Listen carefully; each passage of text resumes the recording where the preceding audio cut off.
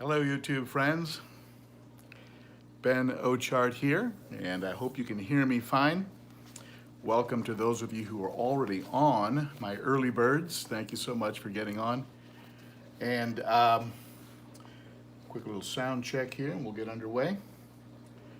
I hope you can hear me, I hope you can see me. You know, you never know until someone gives you a little bit of feedback and says, yeah, we can hear you. Thank you, Candi. The amazing Candi Overhauls from Montana, one of my favorite moderators in the world. Thank you, Candi. And my other two moderators, a shout out to Kevin. Thank you, Kevin, for making it. And Denny, I'm sure Denny will be showing up here shortly if he's not here already. And yes, you are here, Denny. Welcome to my moderators. You are the best. And welcome to Chevy Fish. Welcome to Gurvinder Parmar, GP. Hello, buddy. And a fishy couple, love that name. Chevy Fish, hey Chevy Fish. You know, I'm a Chevy guy. We've got 3 Chevys in our family now. We've had them for years. So I'm kind of a Chevy Fish myself. So welcome everybody, and especially to those of you who are tuning in from very, very far away places. And the last time we did this a couple of weeks ago, seems like forever, but it was only just a few weeks ago. But we had Sonali Sharma, Rohit Sharma from India. That's pretty far away, yeah? Justine Oliveros, who was in the Philippines. Justine, I hope you tune in today. Benny Jesperson was from Denmark. And Danny Hugenboom from the Netherlands. And Dan Stamford, 89 from the UK. Lee Smith in England, also UK. Bill Moss in London, another UK, and Alan T from Scotland, and of course Tom Anding from Malibu, California, which is like another world if you've been there. All right, so a shout out to all of you and a big welcome to all of you. And today I want to talk about a very interesting combination, you know, a bit of a combination that works together in a lot of different ways. And that is the relationship between water movement, temperature, and oxygen. And I'm really intrigued by this kind of stuff. I'm fascinated by how this stuff works. And one of the things I love the most about the hobby is how it sort of forces us to learn about these kind of things, and it certainly forced me, for a variety of reasons, to learn about these things, and I love talking about it. I love sharing, and talking about these particular subjects. Another shout out to the super chats. For those of you who don't know what the super chat is, usually on the right side, on the right side. You're welcome, GP.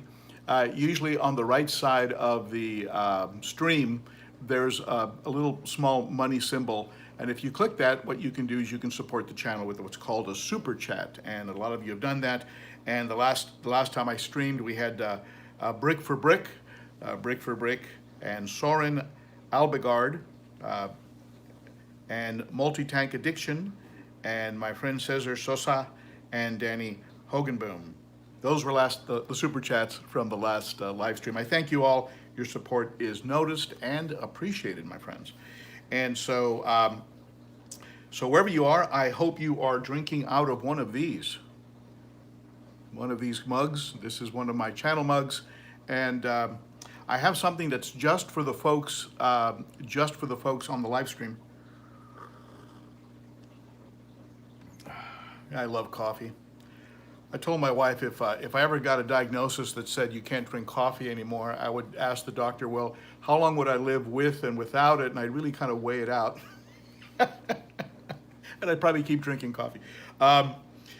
If you order one of these mugs and you use the code livestream, you'll get 10% off. Actually, the livestream 10% will apply to any of the merchandise, hoodies, t-shirts, tank tops, whatever you want. Live stream, all one word, live stream. There's your code for you, my friends, on the live stream. So be sure to follow on Instagram, ben.o.cichlid, and come on over to the Facebook group, ben.o.cichlid. It says cichlid, but it's open to all fish keepers, including salties. And be sure to answer all 3 questions if you try and get into the group, because the moderators don't let you in unless you answer all 3 questions. That's how we safeguard against bots and trolls. The group is bots and trolls free. So it's safe to go in there for new fish keepers who have questions, and sometimes they feel like, I don't know, is this a stupid question? Or maybe they asked the question at another group and people piled on them, you know, hey idiot, that's ick, who doesn't know that? You know, hey, come on. So at the ben.o.cichlid group, you don't get any of that nonsense, all right? So let's get into the topic of today's live stream. And thank you, Quality Guy. I appreciate that, my friend. And let's talk a little bit about the subject.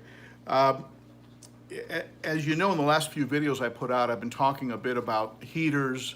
It started with the adding of the cobalt heaters to the sump on this tank because I needed something smaller that would fit in the sump. And some of you watched that. Video, and then that led to people asking questions about the controllers, and so I put out a video on controllers. And so now I'm kind of taking this to the third sort of phase, which is what it is that you know, how all this can affect the tank. And one of the things that happens, and one of the reasons I use controllers, is that if your tank starts to get up into some real high temperatures, you're going to get into a serious oxygen depletion scenario. Now, sometimes people feel that it's the heat that you know, cooks the fish and kills the fish, and that there is some truth in that. Of course, we have several moving parts here, and the heat has a lot to do with it, and certainly the amount of distress and discomfort that must create for the fish. But also keep in mind that when you start to get into those real high temperatures, it becomes very difficult for oxygen, you know, dissolved oxygen, to be in the water column. And what you end up with is a fish that is essentially oxygen deprived to death. And so it's real important, especially if you're running your tanks at 80 or above. It's very, very important that you be providing water movement. Now, what that water movement does is it does various things.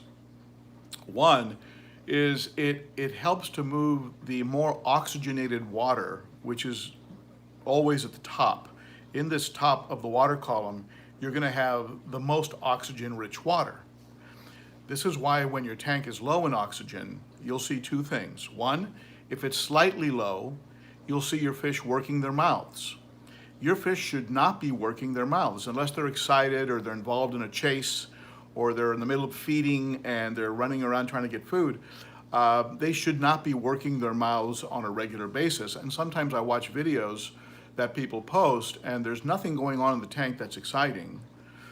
Maybe the fish think that the person filming the video is going to feed them, and maybe that's getting them excited. But it seems to be a pretty calm scenario, but yet the fish are working their mouths. And so what we have is a tank that's borderline low in oxygen. Now, if that gets worse, what will happen is the fish will migrate to where the water has the most oxygen, which is going to be near the top. And this, if you see fish gasping at the top, you know you have an oxygen issue. So one of the ways you help to spread out the oxygen, of course, is with water movement. And hey, Denny, thank you, my friend. Denny Hugenboom, and I hope I pronounced that right. And so you move that water around several ways. One is you move it around with things, you know, wave makers, power heads. This helps to move that oxygen-rich water so it goes, you know, throughout the entire system, so your entire tank is oxygen-rich. The other thing, of course, is the breaking up of the surface tension. You have to have something that's breaking up surface tension. Why? Because that allows the bad gas released by the fish. The bad gas, and there's some jokes there which I'm not going to tell, but there's some bad gas released by, you know, the CO2 release gets released out, and the oxygen comes in. So you have the breakup of surface tension. You can do that with a power head that is creating a lot of movement at the top, which is what I do. And you can also use bubblers. Bubblers work fine, And as those bubbles explode on the way up, and as they as they explode on the surface, they do the necessary surface tension breakup and allow oxygen to get in. So you have to have oxygen-rich water and then circulate that water. Now, I circulate with power heads. I also circulate it by having the canister filters, or any type of filter that you're using, have the intakes low in your tank. Now, why? Why is that? Well, it's going to pull the less oxygen-rich water from the lower parts of the tank up into the filter, and then when it dumps back in and creates that breakup, it's going to get oxygenated. So, keep your intakes as low as you feel comfortable having them. Now, too low, in particular in a tank that's using sand as a substrate, you risk the fish, in particular if you have geos or African cichlids, you risk Oscars, South Americans, anything that disrupts the substrate. If you have your intakes too low, you risk having them spit sand into the intakes, which can go, of course, and foul up your motor and your pump. But keep them as low as you can, because that will pull some of that oxygen depleted water that's lower and get it circulating and rich in oxygen. If you have that going on and a power head, you're going to have a very oxygen rich tank. And that's important for not just for your fish, but of course for your beneficial bacteria.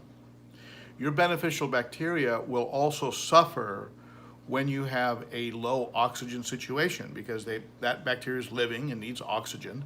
And so if you run into some very high temperatures, chances are you're going to have also a bacteria, unless you add air stones, air stones, or really up the circulation, point your outputs towards the surface, point your power heads towards the surface. Unless you do that when you get into some high temperatures, for example, during an ick treatment where you'll take your tank up to 85, 86, your bacteria, you can have a die-off of bacteria because of a lack of oxygen, and that can create a crash in your tank. And so your fish survive the ick, but they die from the ammonia. So you just have to be aware of these factors. And because if you're not aware of them, Cichlids and Coffee, of course I'm having coffee. So if you're not aware of them, this is where we get responses sometimes where a person says, I don't know what happened. I had a sudden die-off. I had a die-off in my... Well, it was the middle of summer.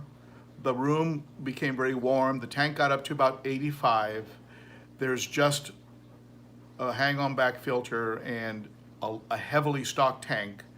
And there was a drop in oxygen, some bacteria died off, some fish died off, and so it just sort of cascades, along. So put your intakes as low as you can, and as low as you feel comfortable with to help circulation. Use power heads or wave makers, whatever you want to call them, and I think there's a subtle difference there that's lost on me. Certainly hang-on back filters I think are great because they oxygenate so much because of the cascade of water back into the tank. Canisters, not so much unless you point the outputs slightly up, which I do. On my 60-gallon, for those of you who've seen videos where I've shown the top of the 60-gallon grow-out tank, the Juvie, #JuvieHapNation tank, I have the hook for the outputs, I have them on suction cup stands, and so they sit really high, and so they're really skimming the surface, so creating a lot of activity. It creates micro bubbles, which some people don't like the micro bubbles in their tank. I have micro bubbles in my 60 and also in my 30-gallon grow-out. There's a lot of micro bubbles, and you see them stuck to the fish, but I'll take that. I'll take that ahead of a tank that is low in oxygen. Hello, Josh. Hello, my friend from Cunningham Cichlids, and I noticed that the Cichlid Shack was also in attendance. Welcome to you, my friend James, over at the Cichlid Shack. And two of my favorite vendors, if you haven't checked them out, the Cichlid Shack and also Cunningham Cichlids. They have quality fish. You know, I love fish vendors that are all in. You know, there's folks out there that, I mean, these folks are not, they're not what Trevor O'Shea calls pop-up sellers. You know, some person, hey, all of a sudden they appear on the web and they're offering a good deal. These folks are all in. They have, you know, the money, the investment, the tanks, and so I really admire those people. I'm not sure if I have the courage to go all in like that. So I hope I hit on the different points of this. I hope those tips help you. And hey, Sandy Patty, I see you there. And let me get into a quick preview here on what's coming up. But let me see if there's any comments or questions that I want to get into here while I'm on it. Let's see here.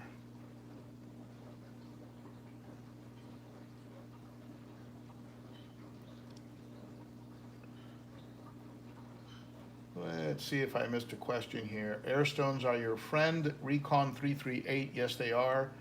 And good to have a pump laying around. And by the way, on one of those, one of my videos on six must-haves, just the tips of things. Check out that Cobalt, and I'm not being paid to say this. I'm not being sponsored by Cobalt. Cobalt, if you're listening, you should be sponsoring me. Check out that Cobalt Rescue Air System, the Cobalt Rescue Air System. And this is a backup pump, a backup air pump that you can plug into the wall, and it senses if there's a power outage, and then it fires up, and it goes for a long time. It has a very strong battery, so it can go hours and hours and hours. So you know, you run a couple tubes, you know, you run a couple air lines into your tank, hide them somewhere, and you know, behind the decor, and this thing will kick on in the event of a power outage. And so would definitely suggest that you consider that product. Let's see here, Brian Garrett, what temps are too high? I run 81. 81's fine. I've had tanks. I used to keep a tank outside, and in the summer it would get up into the mid to high 80s, and the fish were fine. They tolerated it okay, mid 80s. You start getting into the low 90s for a long period of time, and you've got a real problem. I think you're going to have the oxygen depletion that I'm talking about. You're going to have a lot of stress on your fish, and you're going to see them gasping at the top for air. You're going to have a problem. So, but you know, 80, 81, you're good. You're good. I set my very often I will set my controllers at around 80, because 80 it's you know, that's pretty much where I'll go up to, and then have them cut off. For those of you not familiar with controllers or that haven't watched my last few videos, a controller is a system that you can pick up from Inkbird or Gemco wholesale, and these are just units that you plug your heater into, and if it senses that your tank hits a certain temperature that you set, it just shuts off the power. So there's no chance that you're going to overheat your tank with a faulty heater, and that is one of the things I hear on a pretty regular basis, unfortunately, that a heater went out of control and the fish became very distressed and died. So as a safeguard, I suggest using a controller, and you can go ahead and Google, you know, fish heater controller or temperature controller. Gemco has a great assortment of heavy duty ones. Gemco, it's a fish wholesaler, JEHMCO, I believe, .com. If you go on that site, you're going to spend all day on it because they have so many goodies. I mean, they have tons of media, they have tons of heaters, tons of controllers, and all kinds of stuff, right? And someone's asking, let me see, about my lights. Someone's asking about these. I use Beamworks LED full spectrums. Beamworks LED full spectrums on all my tanks. I find that dollar for dollar, that it's a good deal. They've been very reliable. I haven't had any failures from their lights, and also I like the fact that I think most of them are like this. I mean, you check them out when you buy them, but they don't have that jack that you plug in into the light fixture, because if your light fixture sits on top of your tank, which of course it would normally, right, or maybe suspended, but if it sits right on top like on mine, and you have it inside of a hood like this, there's going to be a humidity buildup, and those jacks can become corroded, and then your light becomes worthless. It just doesn't work anymore. Now there are some corrosion gels, some protective gels that you can buy, electrical gels that you can put around the jack. So if you have one of those lights and you're noticing humidity buildup on the jack, go to a hardware store, buy some protective electric gel. Just ask the people there, they'll tell you what it is, and put it on the jack and then plug it back in. That'll protect it from corrosion. But I've had a light, actually two lights, that had the jack into the actual light strip, and it corroded and the light failed.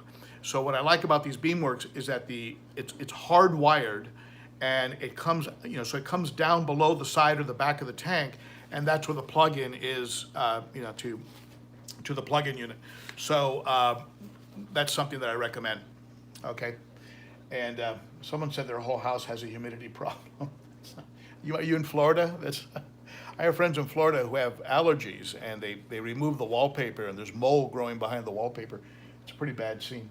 Let me see. The controllers, Fishy MoMA. The controllers. You can go on to Amazon. You can go on to eBay. Inkbird, the ones with the ones that say specifically for aquariums. Those are good.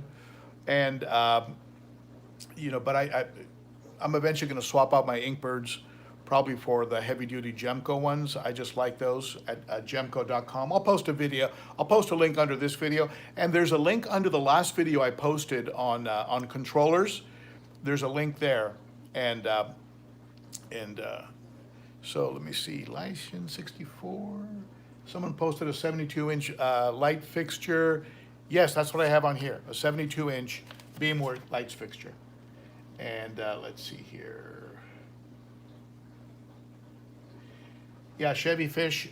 You're asking about a good quality, low price controller.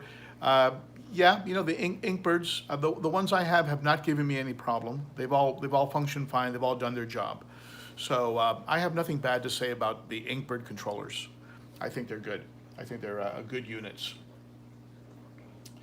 And Chris Kennedy, you've got me really considering doing a sump on my 180 project. Do you have any opinion about the moisture and or splash from sump? Is it a real concern? It has not been a concern for me. There is an evaporation when you have that much surface area. Keep in mind, you'll have the tank surface area, and then you'll have the surface area of your sump. That's a lot of surface area. So you're gonna get more evaporation than you would normally, so you may wanna consider an inexpensive auto top-off system that'll keep, that will, add water to the system. I'm in a very dry area here, so I don't get the humidity necessarily in the house, but I definitely see the evaporation from the sump. And that's why I had to add an auto top-off, an ATO. I found a real inexpensive one on sale at a Bulk Reef, one of the salty websites. And I also had plexiglass or acrylic squares. I went to a hardware store and I had them cut acrylic squares, and I cover up the cutouts at the top of my tank, and where I can, at the top of the sump, I dropped acrylic pieces on top, and that helps to hold some of the moisture in so I don't get so much evaporation loss. But that's going to occur. That's one of the problems. And that is also one of the problems and one of the points that I should have brought up earlier on when I was talking about heating and oxygen and water movement. When you heat up your tank, or when the tanks become warm at 80 plus, or when you're in a warm room, let's say you're running the heaters in the wintertime, you're gonna have a greater amount of evaporation. Well, where is that evaporation coming from? Well, it's coming from the top of the water column. And that's where the most oxygen-rich water is. So another reason why you want to add, more water movement or a air stone or things of this nature, especially if you're in the 80 plus temperature range, because the evaporation is also removing some of the most oxygen-rich water. So again, we've all heard it for years. If you heat your tank during an ick treatment, add an air stone.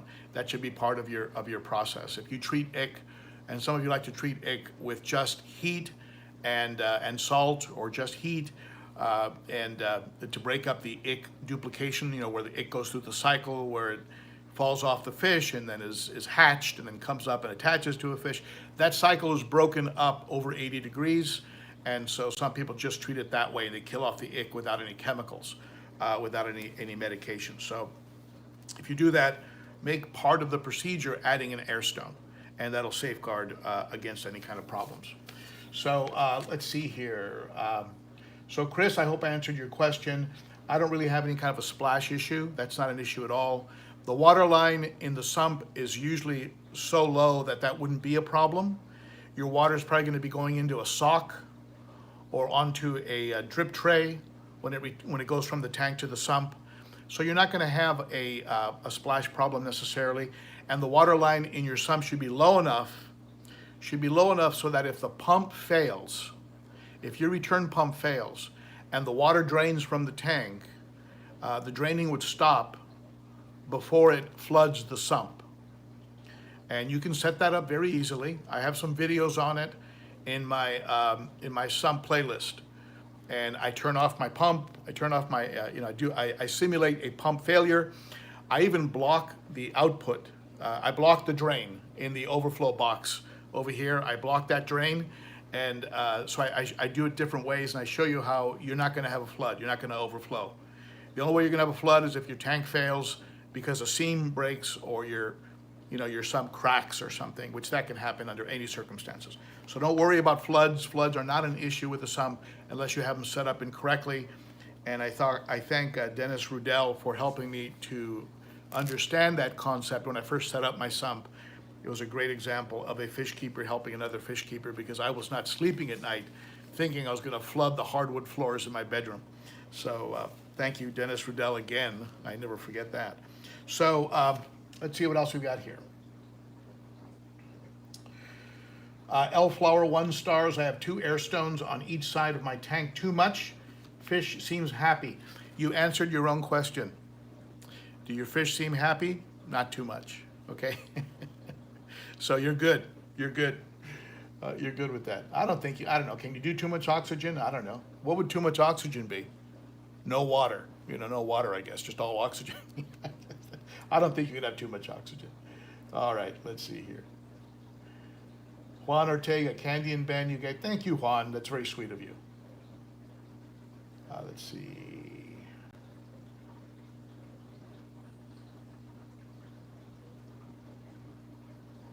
Okay, let's see here. Looks like some people are experiencing some storms and are losing power. I'm praying for you, my friend.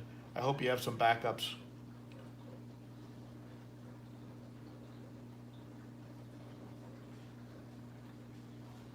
And if you don't have a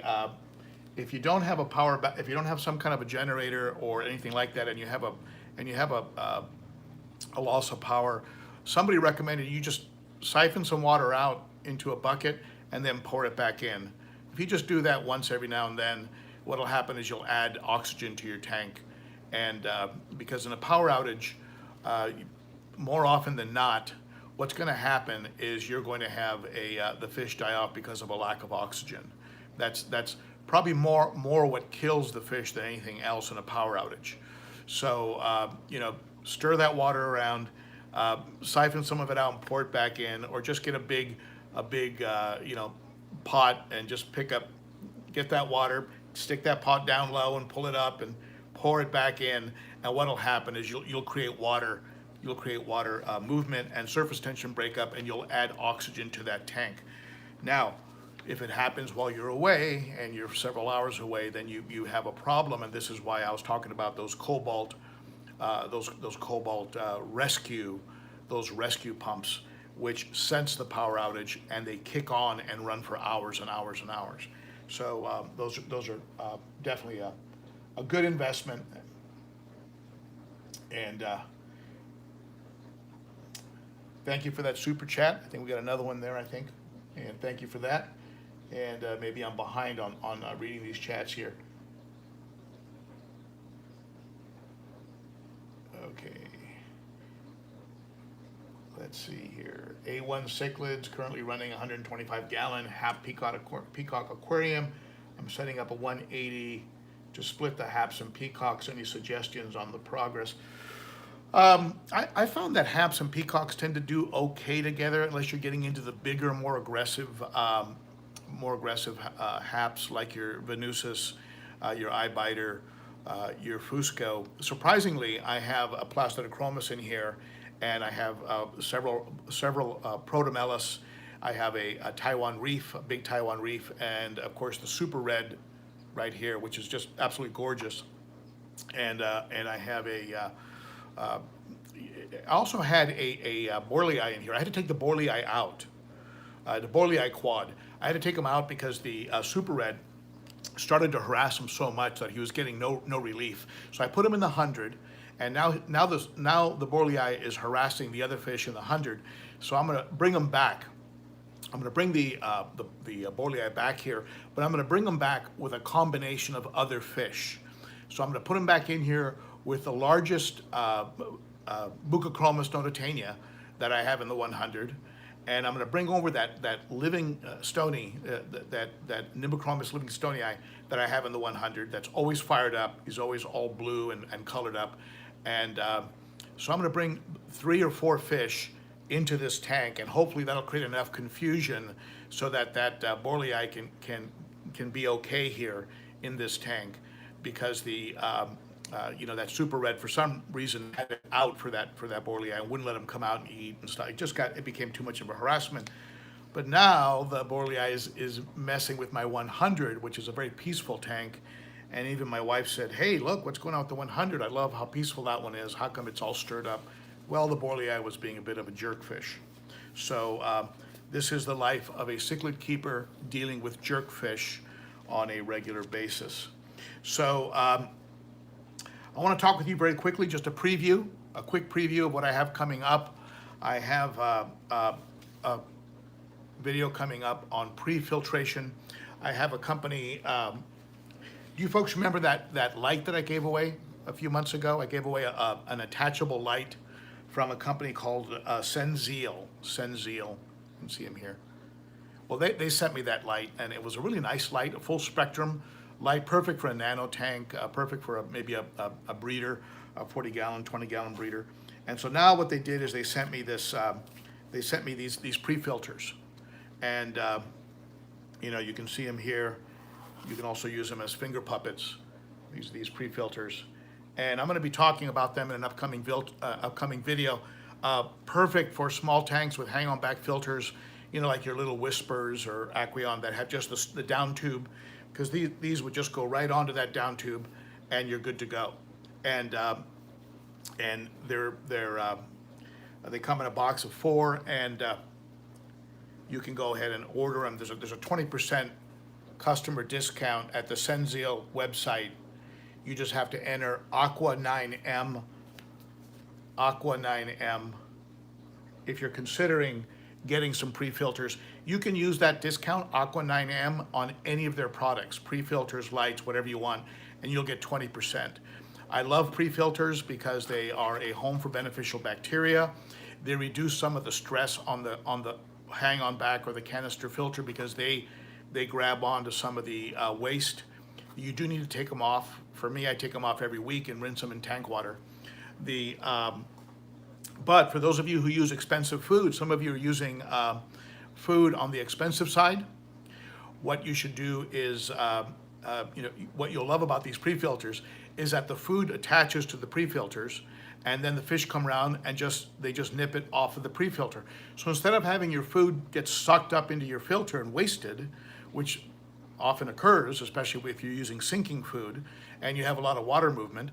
I know some of you turn off your filter during a feeding. That's pretty smart. But if you run your filters throughout the feeding, what'll happen is it'll suck up those pellets and you'll be losing money. And it just goes into the canister and rots. So it helps create more nitrates, which you don't need. So with a pre-filter, the food will stick to the pre-filter and the fish will come around and nip it off. And so a lot of benefits for a pre-filter. I'm a big advocate. I've been able to extend the amount of time between when I have to crack open my canister filters. And like most of you, canister filter maintenance is a pain in the rear. So if I can extend that time, it's a good thing. And for those of you who watched my video on when I cracked open my Sun 302 after using pre-filters, it was almost unreal. I had people commenting. I had one person who commented that my video was a fraud, that I had just serviced the canister, that it was impossible that it could be that clean after running that long. Anyway, that's okay. So, so I have a pre-filter video coming out. I have a video coming out on the moving of fish. I'm going to be moving fish from aquarium to aquariums, and I have a certain technique that I use that helps me to catch these fish. These fish are very smart when it comes to evading capture. And for those of you watching, and it says I have 91 according to what I see, but maybe we'll hit 100 today. Share it. Maybe we'll hit 100. So for those of you watching that have had to chase fish, you know how smart these fish are. And if you're trying to chase them with two openings in your tank, and you've got one hand in here and they dart, then you got to pull it out and go to the other opening, and then pull the net out and go to the other.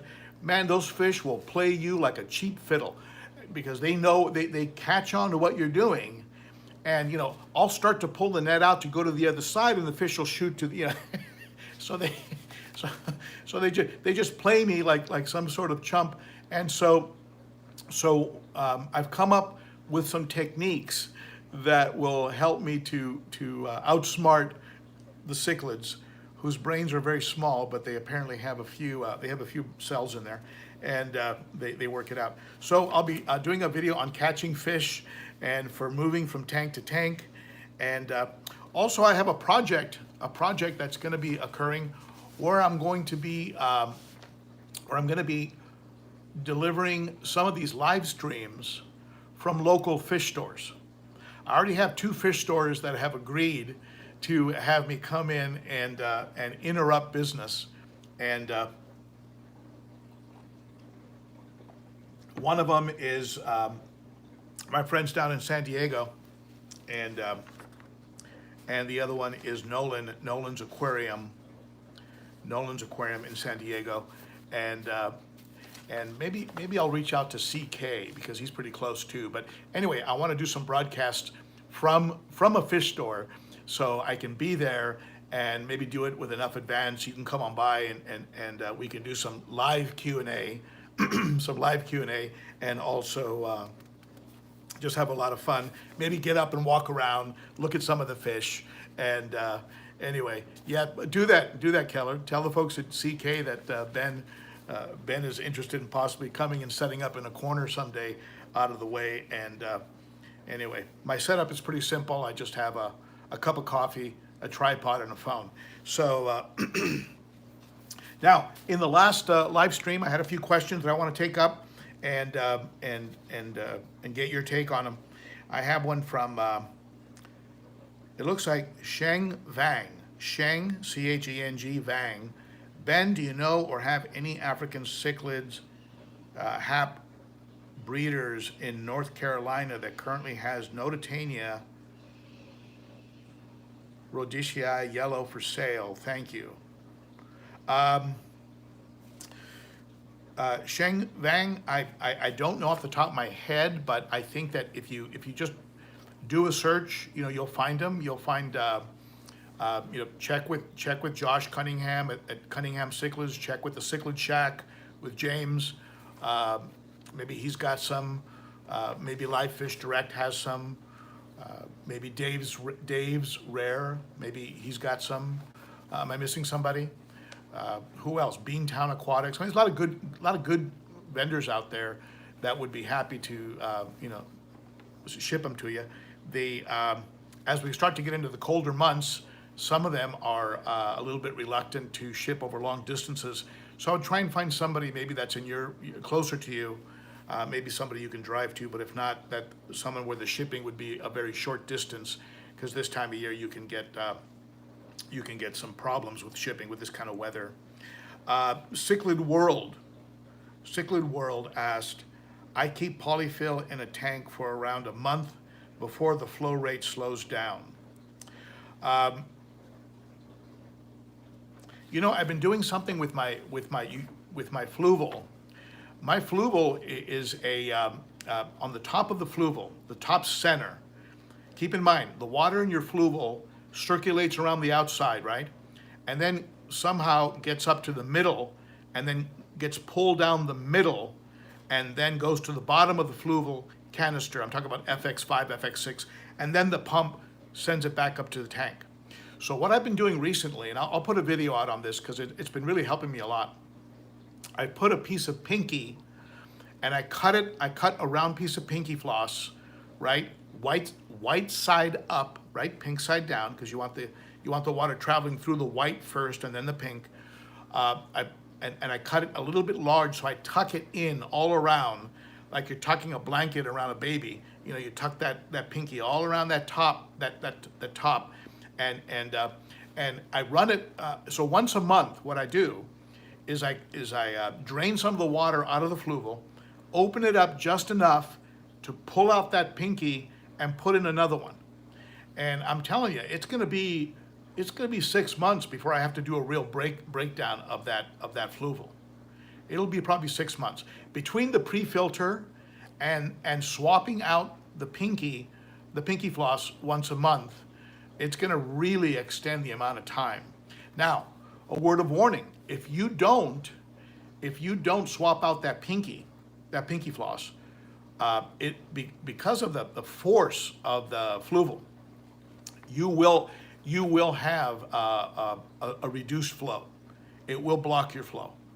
So be sure that if you use that technique at least once a month, pull that out and put another piece in. And I'll tell you, you can go, I anticipate 6 months before I'll have to totally break it down, which, you know, it's a lot of work, right? You gotta drain that thing, carry it around, and do all that stuff. So anyway, so Cichlid World, using that polyfill, that sounds great to me, what you're doing. The reason I stopped using poly, the kind of polyfill you buy like in a fabric store, the crib batting, you know, it's almost like angel hair, you know, that decoration they used to use on Christmas trees, and I don't know if they even still use it anymore, but I stopped using it because it would break up too much, and it would get into the sponges, it would get everywhere, and that's why I stopped using it, and I went to pinky. But those who use the floss love it because it's inexpensive, and you know, it does a good job. It's a great water polisher. Charlie Hobbs from Bellflower, California. Where can I buy mesh bags? Charlie, you can find mesh bags. I talked about mesh bags in the last stream. These are these micron, they're usually micron bags. You can buy them online on Amazon or eBay. Just put in their micron mesh bags for aquarium, and you'll get a whole bunch of choices. Buy the I mean, they in some cases they're very fine mesh. Like if you're going to be using them for, let's say you're going to put coral. You're gonna put some coral in the mesh bag because you want to add some minerals, and you want to throw the coral into your filter to add some minerals to your tank. Or let's say you're going to use it for charcoal. You might want to go with a finer mesh. If you're going to use it for media like you know, matrix, or you want to put your Biohome Ultimate in a mesh bag so it's easy to pull out and put back just in one mesh bag that you can then dip in tank water when you do maintenance. Then get the mesh bag that has the bigger openings, right? The smaller smaller micron rating has the bigger openings, so you can get circulation going on. You don't want the holes getting blocked, and the water doesn't circulate over the media. So buy the mesh bag according to what the application is that you're going to be using. Cichlid Dan Extra sponge filters for emergency tanks. I keep 2. Let me see. Okay, so he was commenting on having a sponge filter. If you have a quarantine tank with a fish in it, or you have a place you can tuck a sponge filter behind the decor and have it running all the time, what that does is it gives you the ability to instantly set up a quarantine tank. You just pour some water from your established tank into a smaller tank, take out the sponge filter, drop it into that quarantine tank, hook up your air pump, and you have an instantly cycled quarantine tank that you can isolate a fish who needs a timeout, or a fish who's showing signs of distress or illness. And so that's a really good idea, Cichlid Dan, of what you're doing there to have that ready at the ready. Simon Patel, who said, hello everyone, what is the most ideal way to set up an FX6 media placement? I'm using the coarse sponges on top, matrix in the middle, crushed coral, Purigen, Chemi-Pure blue in the bottom. Simon, that'll work. I think that setup will work. I mean, naturally, you have a lot of sponge filtration already going on. So your coarse sponge filtration is already going on with the massive sponges that are provided by Fluval, and those are on the outside of the Fluval. And then the water travels down the middle. So you could put a medium and fine sponge, or like in my case, I put the polyfill at the top of that middle section to do a final water polish, because you want clean water, as clean as possible, flowing over your biological media, because if you allow a lot of particles to flow over it, it's going to block that media, and the anaerobic bacteria that can live deep inside the media is not going to have a chance, because it's not going to get any support whatsoever from blocked media. And so you want to have clean water flowing over that media. I don't use chemical filtration unless you consider the NO3, the Brightwell cubes. You might call that chemical filtration because it's infused with sulfur, but I don't know if you'd call that chemical. But I used to use Purigen and Chemi-Pure and even charcoal. I don't use any of those anymore.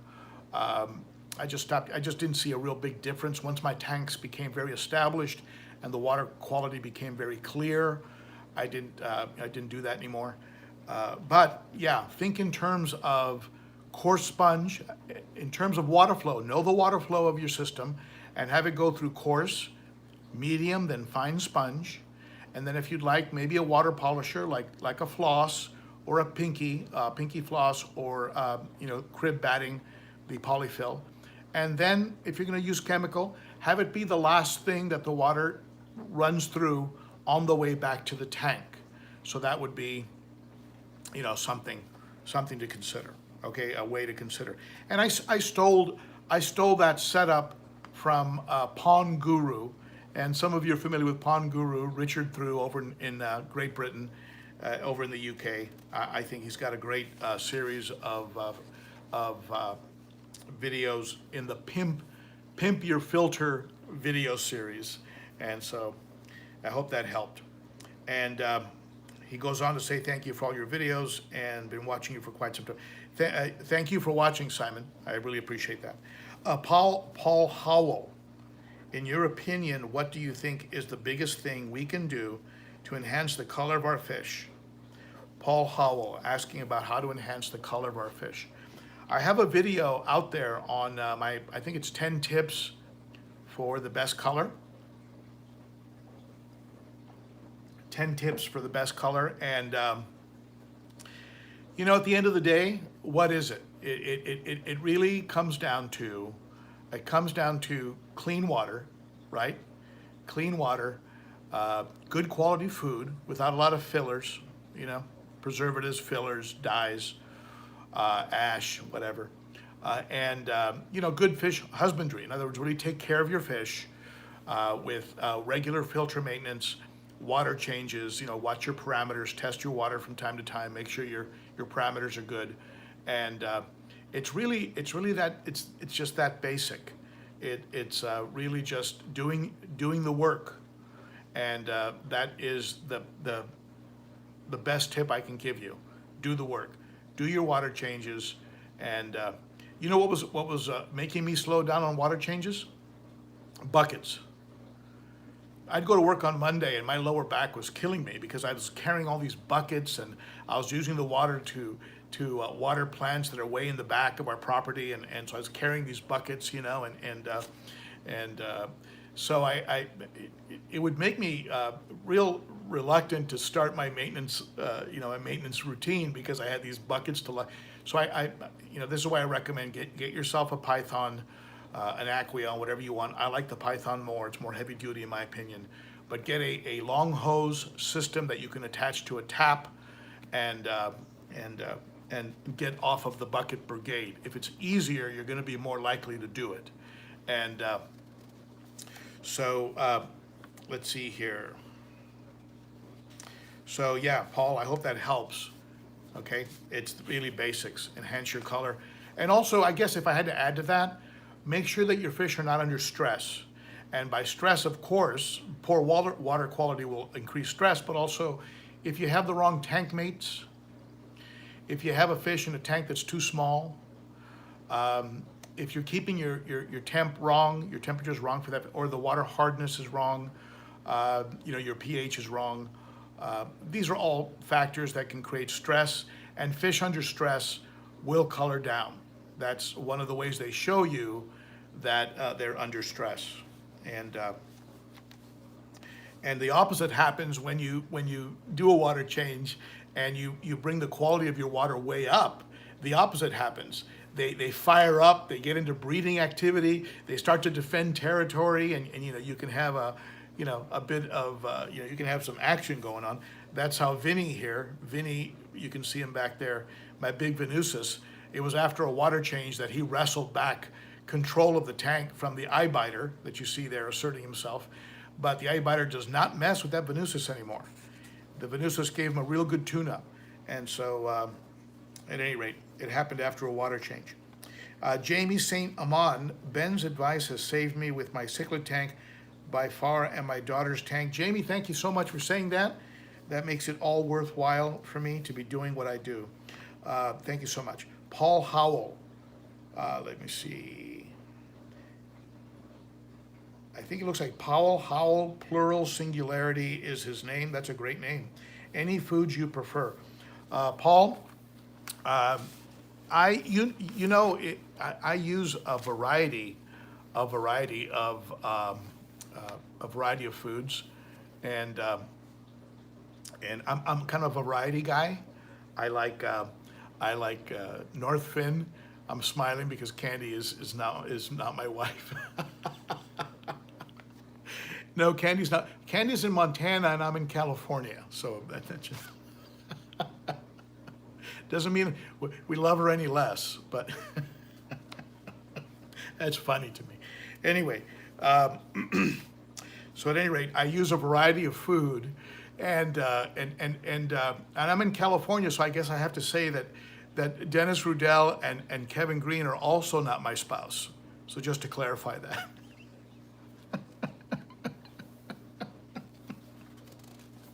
So at any rate, I use a variety of foods, and the variety of foods I use is it's a wide spectrum. I use Northfin. I use let me see, Zoomed, spirulina. I put some veggies in there to help keep their digestive system flowing. I love the extreme food that I got from James Largo. That stuff was great. I use the Cobalt probiotic predator food. I think that they have a very good product. My fish go crazy over it. I also use frozen foods like your krill and some of the omega-1 cichlid cubes. My fish love that. I've had fish that wouldn't eat, like after I bring them home for the first time, and it was the omega-1 cichlid cubes that got them eating again. I think because of the garlic that they put in it. That's my theory, but so at any rate, I use a wide spectrum of foods, and I also started using Sera, S-E-R-A, out of Germany, which is a very highly researched food, and my fish love that food also. And so that's my answer. And cichlid world, best way I found to calm them down is keeping the lights on for shorter periods. I guess he was responding, or he or she, cichlid world, was responding to a comment that was made on cichlid aggression, which was the original topic for this live stream was going to be about aggression, but I have my lights on timers, and they run from 7 a.m.